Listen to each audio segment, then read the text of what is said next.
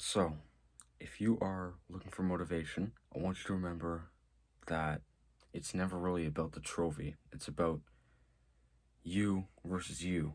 And that's something that I recently read in Can't Hurt Me. And it's also why I wear this hat whenever I run. It says You'll Float Too. It's from It. It's from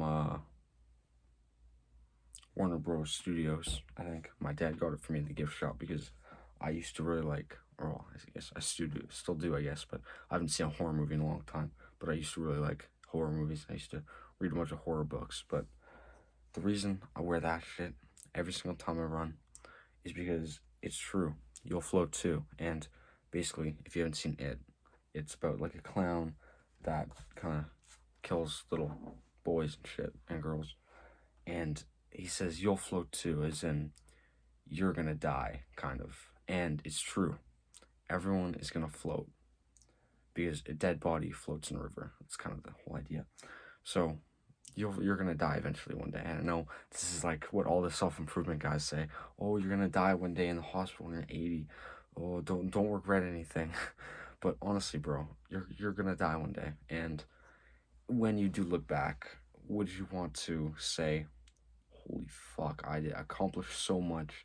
It's actually insane. Like David Goggins, bro. That man was 297 pounds, and then he came from literally the bottom of the barrel.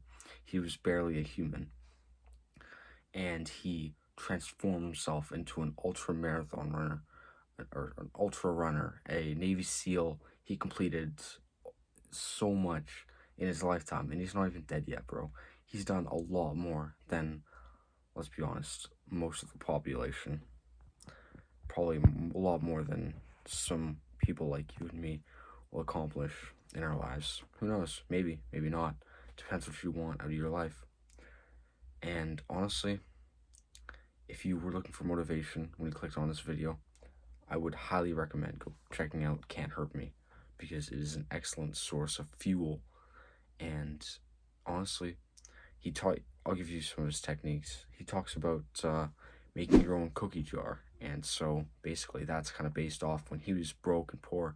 His mom would get cookies and put them in a cookie jar, of course, when they were broke, and he would reach in, maybe take one or two out, and it's like something that tastes good. It's a form of like a reward.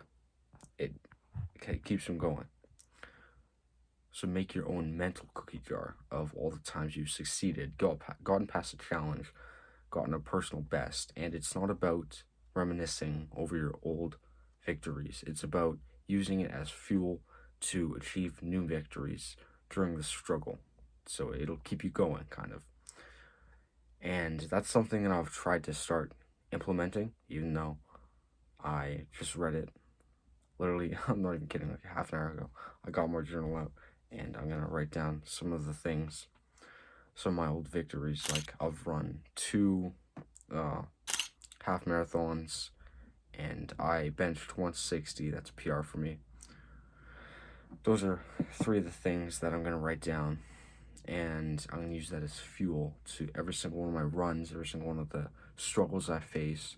I, um, but yeah, I'll use that as fuel, and that's kind of the whole idea of the cookie jar. And something else that he talks about in his book is how you can use all of the disadvantages as fuel to get you out of there. Like if you're fat and people call you fat all the time, or if you're skinny and you get called skinny a lot, use that as fuel. Write it down in your disadvantages.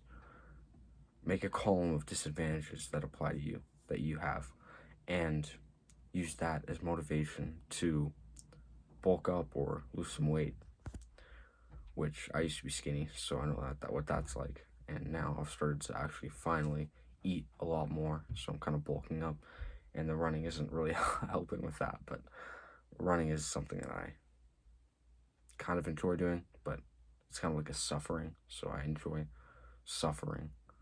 Holy crap, I just ran like 6 kilometers, 6.39 I think, and my pace was close to 5 minutes, I think.